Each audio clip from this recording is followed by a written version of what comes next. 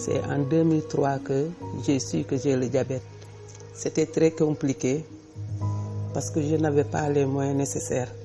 C'est depuis qu'on m'a mis en rapport avec le clinique de diabète, j'ai eu un soulagement total parce que c'était à proximité.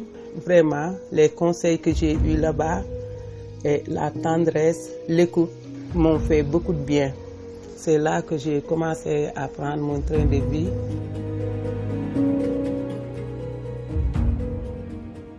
Je m'appelle Seynabou Mbengue, que j'ai abandonné le travail que je faisais dans une ONG et je n'avais plus de source de revenus. La maladie me terrorisait de jour en jour. Comme Seynabou, 16 millions de diabétiques vivaient avec le diabète en Afrique en 2017.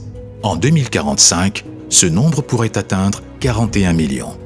La progression de l'hypertension artérielle en Afrique est 2 fois plus grande qu'en Occident. Il n'y a pas un diabète, il y a des diabètes. Celui qui intéresse 90% des diabétiques, c'est le diabète de type 2 et c'est lui justement qui est associé à l'hypertension artérielle. Les risques pour les personnes vivant avec le diabète, comme Seynabou, de développer des complications cardiaques et vasculaires sont élevés si le traitement n'est pas bien suivi. L'hypertension et le diabète sont souvent associés. La sensibilisation du public est cruciale, de même que tout ce qui peut permettre une détection précoce de ces affections avant le stade de complication. Et c'est justement ce que proposent les cliniques du diabète et de l'hypertension artérielle.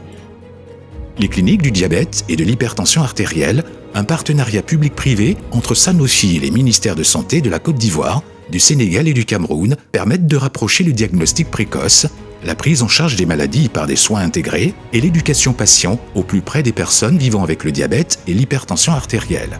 L'objectif principal était de décentraliser la prise en charge du diabète et de l'hypertension artérielle. Dans la plupart de nos pays, on avait un centre du diabète, un centre d'excellence, et tous les patients avaient tendance à se retrouver dans ce centre qui est submergé, qui rend la prise en charge des patients diabétiques un peu difficile. Pour nous, l'objectif était de pouvoir former beaucoup de médecins et que les malades qui sont dans les localités éloignées puissent être pris en charge correctement dans leur localité, sans avoir à faire le déplacement vers la ville. Aujourd'hui, le numérique fait partie intégrante de ces cliniques.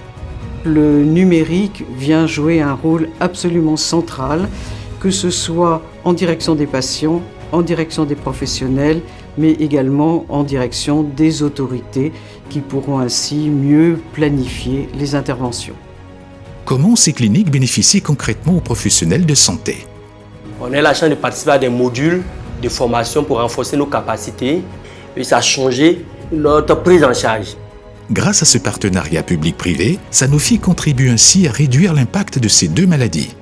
Ces cliniques ont permis une meilleure décentralisation et une déconcentration de cette prise en charge.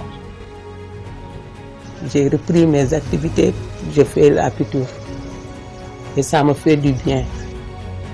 Au cœur de ce que nous faisons, nous sommes là pour écouter et apporter du support aux personnes vivant avec le diabète. Les cliniques du diabète et de l'hypertension artérielle en Afrique sont un exemple concret de notre engagement à travailler aux côtés de nos partenaires de santé pour fournir des solutions adaptées aux besoins individuels des patients pour une meilleure qualité de vie.